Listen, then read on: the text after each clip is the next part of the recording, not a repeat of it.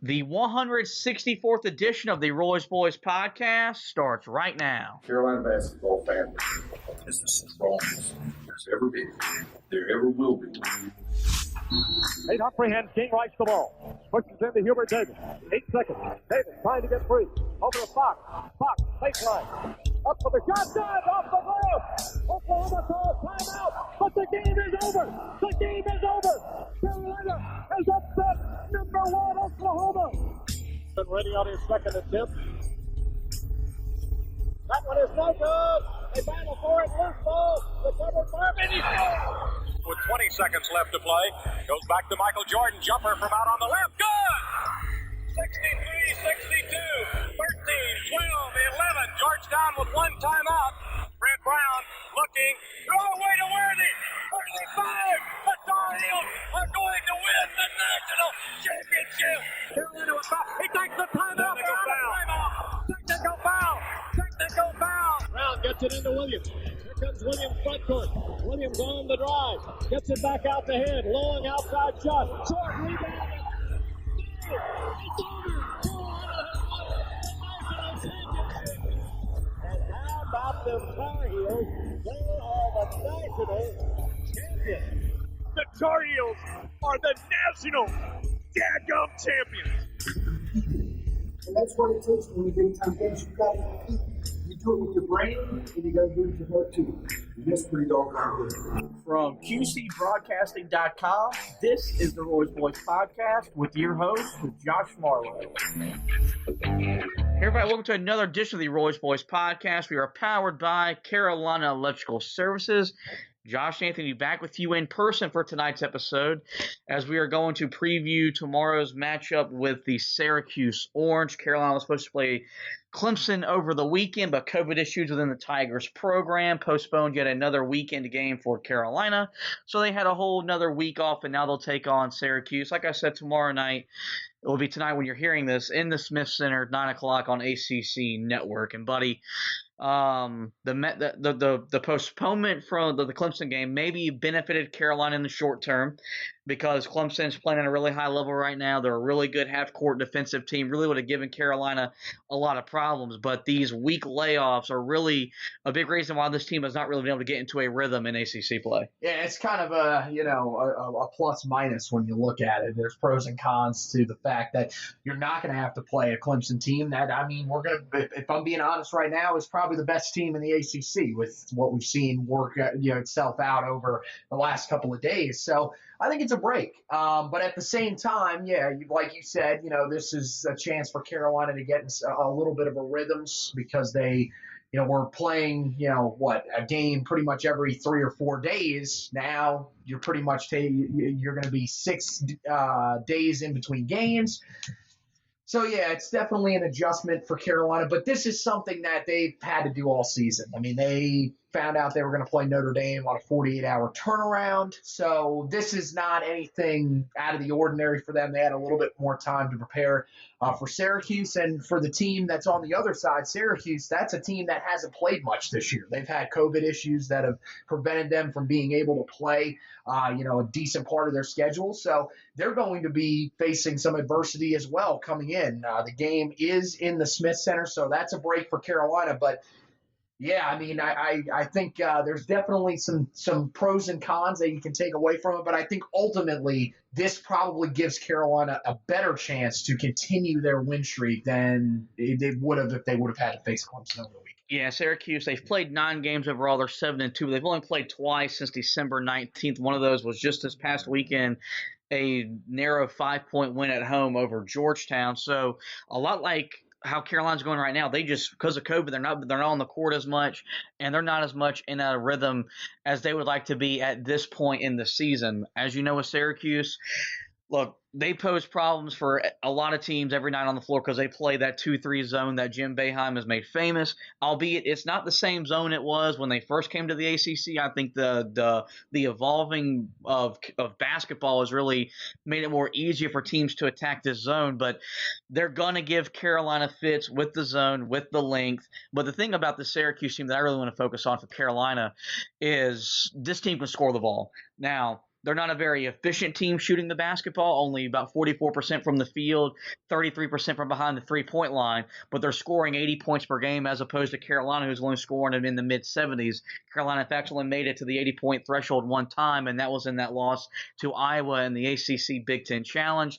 They put 5 guys in double-figure scoring. They've got some guys like Buddy Boeheim and Dolage who've been around this league a long time. So they've got some dudes that have been around, that know how to play in this league, know how to win in this league. And as you saw in the losses of 2 NC State and 2 Georgia Tech, experience does matter in the ACC. Dude, Merritt Dolage feels like he's been there since Melo was playing for him. I mean, this dude's been there forever. But, yeah, that's the thing, that's interesting about this team is that this is an extremely veteran Syracuse team, which is going to be different than what we've seen from them in years past. This is a team that Carolina normally has success against. Roy Williams teams have historically done very well against Jim Boeheim's zone. But what is the one thing that Carolina seems to be lacking this season? Once again, is perimeter shooting, and even Garrison Brooks, a guy who last year seemed to work pretty well from that free throw line area has really struggled to shoot the basketball from that range this year. So that's going to be one of the keys for Carolina in this game. Can they find one of their big men that can get in a little bit of a rhythm shooting the basketball in the middle of that zone at the free throw line where things are going to be open? If they can find that guy, which, I mean, who knows? I don't know if it's going to be one of their big guys. I think one guy that probably has a chance to do that with what we've seen from him the last couple of games might be Leaky Black. That might be your guy that you're going to be looking to try to get to that area as often as possible. But they've got to be able to do that. And as you mentioned, this team, their starting lineup, every one of their guys is scoring in double digits. So this is as good of an offensive season as Syracuse has had out of the gate to begin a season in a long time. But I mean, you said it. They haven't played, but they played 2 games since December 19th. And we saw they struggled against a Georgetown team that normally they should not struggle against. Georgetown is not a good basketball team. They haven't been in a very long time. So I think there is still potentially some rust for this Syracuse team. And we'll see how Carolina is able to come out and maybe establish a rhythm early on. Maybe Syracuse is a little off their game. Carolina's been getting off to some better starts. But, this has the feeling of another one of those games, which it always seems to be one of those games when you play Syracuse, but especially this year, where you're probably going to have to grind one out against a team that's going to want to, take away what you do best, which is, put the ball inside. And you look at the rebounding numbers from this team, too. I think this is one of those teams that can compete with Carolina on the glass. Yeah, a lot of things that you mentioned in there that I'm going to, touch on. Roy Williams' success against Syracuse is noted. They've won 9 out of the last 10. The one loss became in last year's regular in the season finale when they lost to Syracuse in the ACC tournament. Of course, it didn't really matter because the next day every tournament in the world got postponed and canceled due to COVID-19. But before then, the only previous loss before that time was when the first time Carolina went to Syracuse when they joined the ACC, and they didn't crack the 50-point margin in the Carrier Dome because Roy Williams has a lot of issues maybe coaching matchup stuff like that at times. He can coach against a zone defense with a zone offense because he knows how to put the ball to the middle of the zone and get offense from there. That's why this might be the game that Garrison Brooks pulls his head out from behind his back and becomes the ACC preseason player of the year that he was selected to be.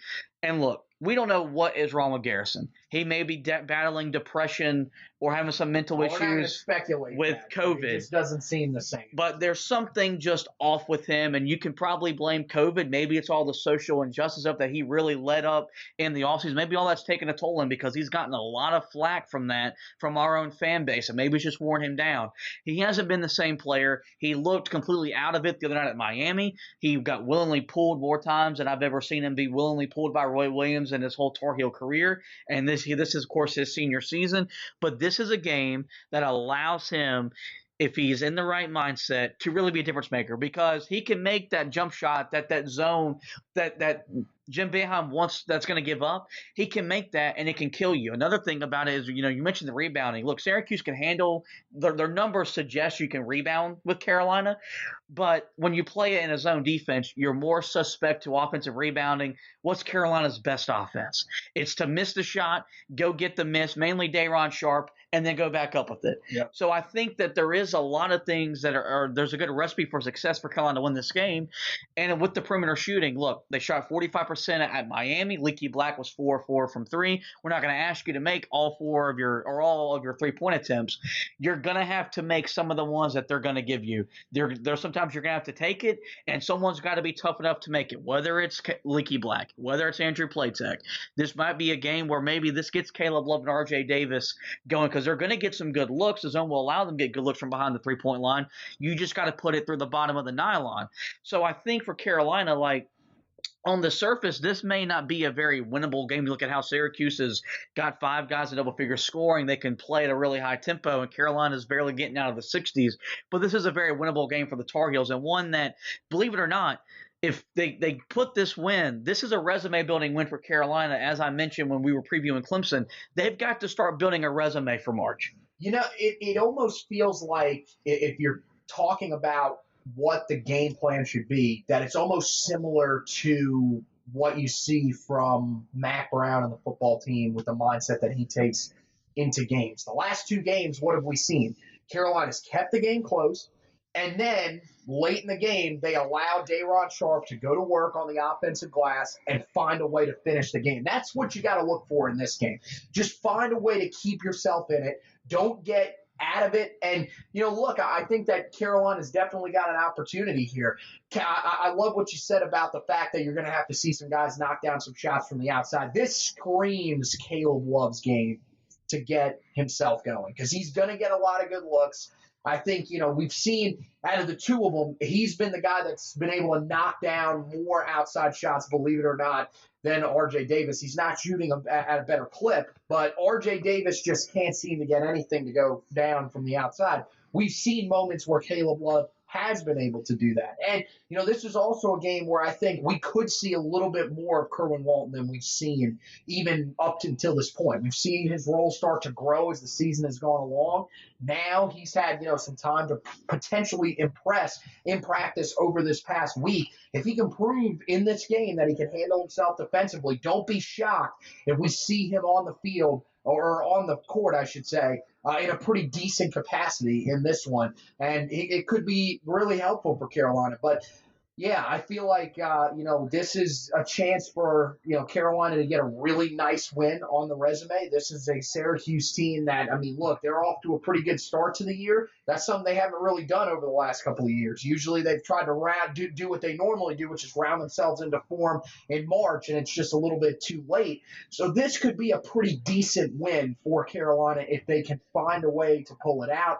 And again, the fact that they're at home, I think, is huge. I know that there's no environment there, but just being comfortable in your own gym, a place where you've been practicing all off season, we'll see if that's able to help Carolina in this one. But it's definitely going to be a tough task, because I think that the Syracuse team is much improved from the one that we saw a year ago. Yeah, the thing at home, I think you're right, because Carolina just hasn't been at home, frankly, enough to really. This is what? Is this only their 4th home game? Yeah, all season. It's unbelievable. Even in a COVID year, that's just unbelievable. Right. To think that you've only played 4 games at home, and you're still facing. Look where you go right back on the road on Saturday. You got to go down to Florida State. So this is a big opportunity, and this is one that you feel like they've got to step up and take. Yeah, and we've been stressing really since after they lost to NC State, and it felt like the season was on the ropes. You just had to get a win together, and then you got 2 wins. Now you know what happens. Well, now you've got a chance to get your 3rd straight win, and then you just don't know what you're going to do, because then you get above 500 in ACC play. They need confidence. And whenever Syracuse would give them more confidence in beating Notre Dame and beating Miami. Those are games that Carolina should have won. And now granted, they did it, but they didn't do it in the fashion that you would like to see them. Carolina, they need to win, but they need to play well.